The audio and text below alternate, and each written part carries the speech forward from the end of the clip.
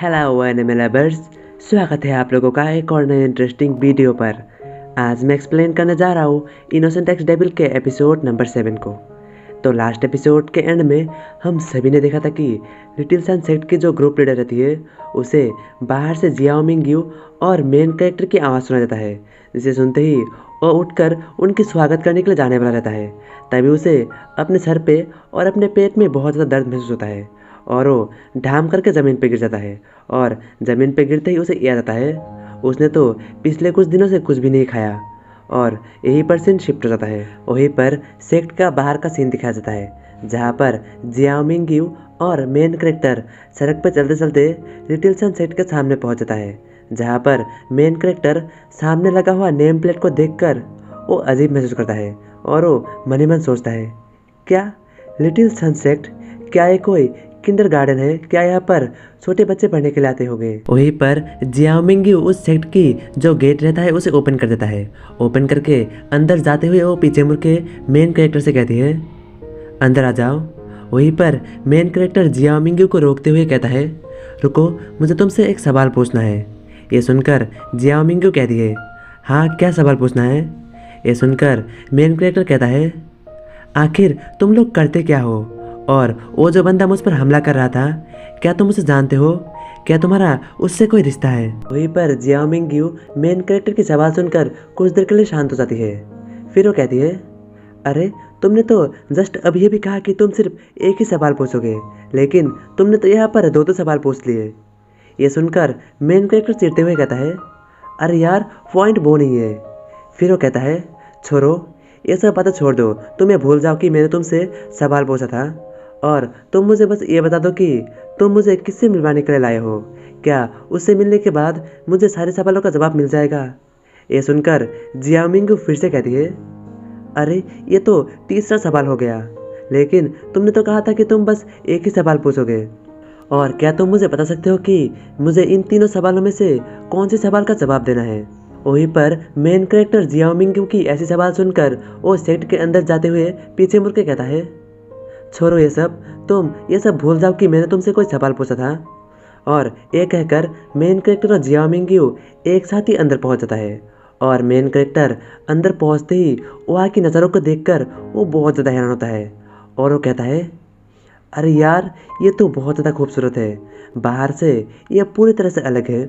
तभी वहीं पर मेन कैरेक्टर को अजीब सी आवाज़ सुना जाता है, जो सुनते ही वो जियाओ मिंग्यू से कहता है, जियाओ मिंग्यू, क्या तुम्हें कोई अजीब सी आवाज़ सुनाई दे रहा है? ये सुनकर जियाओ मिंग्यू कहती है, क्या अजीब आवाज़? नहीं तो। वहीं पर मेन कैरेक्टर ये सुनकर वो आवाज़ को ध्यान से सुनता है तो उसे महसूस होता है कि वो पास के एक दरवाजे से आ रहा है। और ये महसूस करते ही वो जियाओ मिंग्यू के साथ उस गेट के पास पहुंच जाता है, जहां पर पहुंचते ही मेन कैरेक्टर जियाओ मिंग्यू से कहता है, क्या तुम अभी सुन पा रहे हो? ये सुनकर जियाओ मिंग्यू भी कहता है, हाँ ये तो बहुत अजीब आवाज़ है, लगता है कि शायद इस कमरे के अंदर कोई होगा।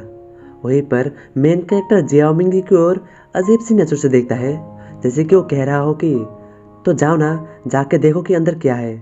और ये महसूस होते ही जियाओ मिंग्यू जल्दी से अपनी तलवार को निकाल लेती है और तलवार को निकालकर उस बड़े से दरवाजे को खोल देती है। और उसे जाते हुए देखकर मेन कैरेक्टर पीछे से कहता है, थोड़ा संभल कर जियाओ मिंग्यू।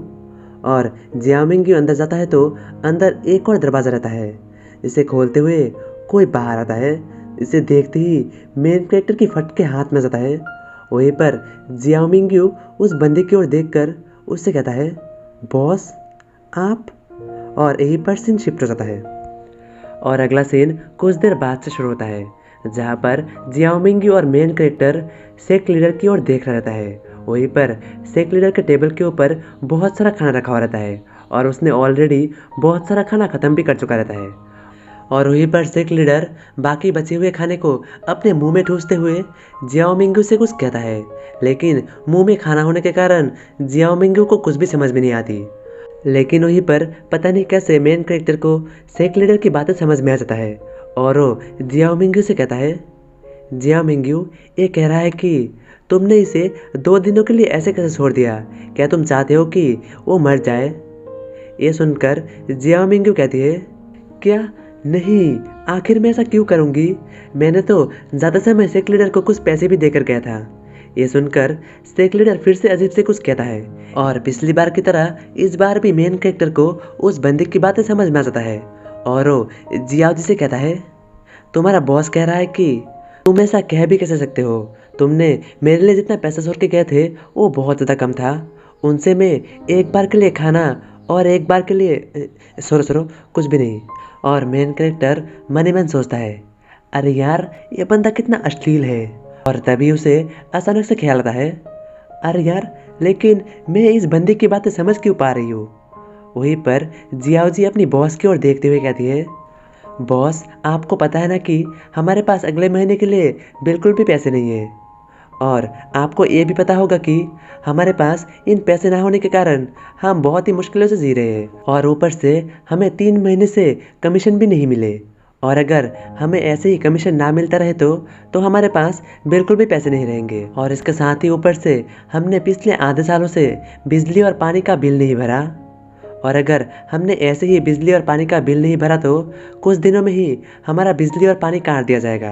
वहीं पर सेक लीडर जियाओ जी की बात सुनकर खाना खाते हुए ही फिर से कुछ कहता है, लेकिन इस बार मेन कैरेक्टर को उसकी बातें समझ में नहीं आता और वो जियाओ जी से कहता है, जियाओ जी मुझे इस बार यह समझ में नहीं आया कि ये कहना क्या चाहते हैं। वहीं पर सेक लीडर सारे के सारे खाने को ख़त्म करके पानी के ड्रम को उठा लेता है और पूरे के पूरे ड्रम को गटकते हुए पूरा का पूरा पानी खाली कर देता है और सेक लीडर डकार लेकर जियाओ जी से कहता है, तुम्हें चिंता करने की कोई ज़रूरत नहीं, मैं यह सब संभाल लूँगा। तुम्हें बस इतना करना है कि मैं तुम्हें जो भी काम दूंगा उसे पूरा करना है। वहीं पर जियाओ जी उस बंदे की बात सुनकर मेन कैरेक्टर को उठाकर उस बंदे को दिखाते हुए कहती है, बॉस ये वही बंदा है जिसको आपने लाने के लिए कहा था। वहीं पर मेन कैरेक्टर खुद को ऐसी हालत में पाकर वो सेक लीडर की ओर देखकर उससे कहता है, हेलो सर, क्या हम पहले भी मिल चुके हैं? वहीं पर सेक लीडर मेन कैरेक्टर को देखते ही वो हैरान हो जाता है और वो मेन कैरेक्टर के करीब आते हुए उससे कहता है, अरे यार मैंने तो इसे नोटिस ही नहीं किया, इसे तुमने कब लाया? और साथ ही सेक लीडर मेन कैरेक्टर की नाक मुंह और पूरे के पूरे बॉडी अच्छे से देखते हुए उसकी पैरों को छूते हुए कहता है, अरे यार तुम्हारे पैर तो बहुत ज़्यादा छोटे और बहुत ज़्यादा मुलायम है, बिल्कुल एक लड़की की तरह।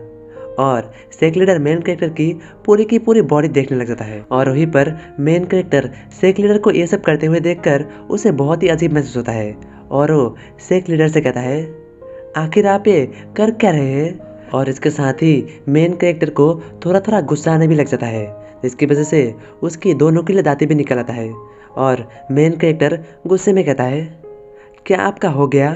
लेकिन वहीं पर सेक लीडर मेन कैरेक्टर की किसी भी बातों पर ध्यान नहीं देता और वो जाकर मेन कैरेक्टर के हथियार को पकड़ लेता है, जिससे मेन कैरेक्टर घबरा कर दूर हट जाता है और वो जल्दी जल्दी में कहता है, आखिर तुम मेरे साथ कर क्या रहे थे?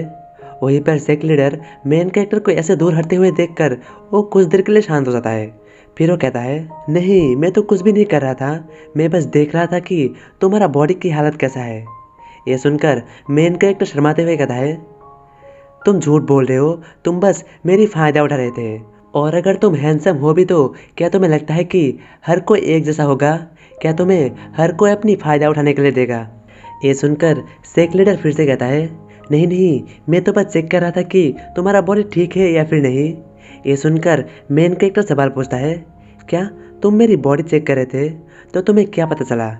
ये सुनकर सेक लीडर कहता है, नहीं तुम्हें चिंता करने की कोई ज़रूरत नहीं, तुम बस कुछ समय बाद मरने वाले हो। वहीं पर मेन कैरेक्टर सेक लीडर की बात सुनकर राहत की सांस लेते हुए कहता है, अच्छा तो ये बात है, मैं तो सोच रहा था कि ये कोई बहुत ही सीरियस बात होगी। तभी मेन कैरेक्टर को अचानक से ये एहसास होता है कि वो मरने वाला है और उसकी फटके हाथ में जाता है और वो कांपते हुए आवाज़ में कहता है, क्या मैं मरने वाला हूँ? लेकिन कैसे? तो इसी के साथ आज का एपिसोड यहीं पे समाप्त होता है। अगर आप लोगों को जानना है कि मेन कैरेक्टर क्यों मरने वाला है और अगर वो मरने भी वाला होगा तो क्या इसका कोई इलाज होगा, ये सब सवालों का जवाब जानने के लिए देखते रहिए आगे आने वाले एपिसोड्स। मिलते हैं नेक्स्ट एपिसोड में।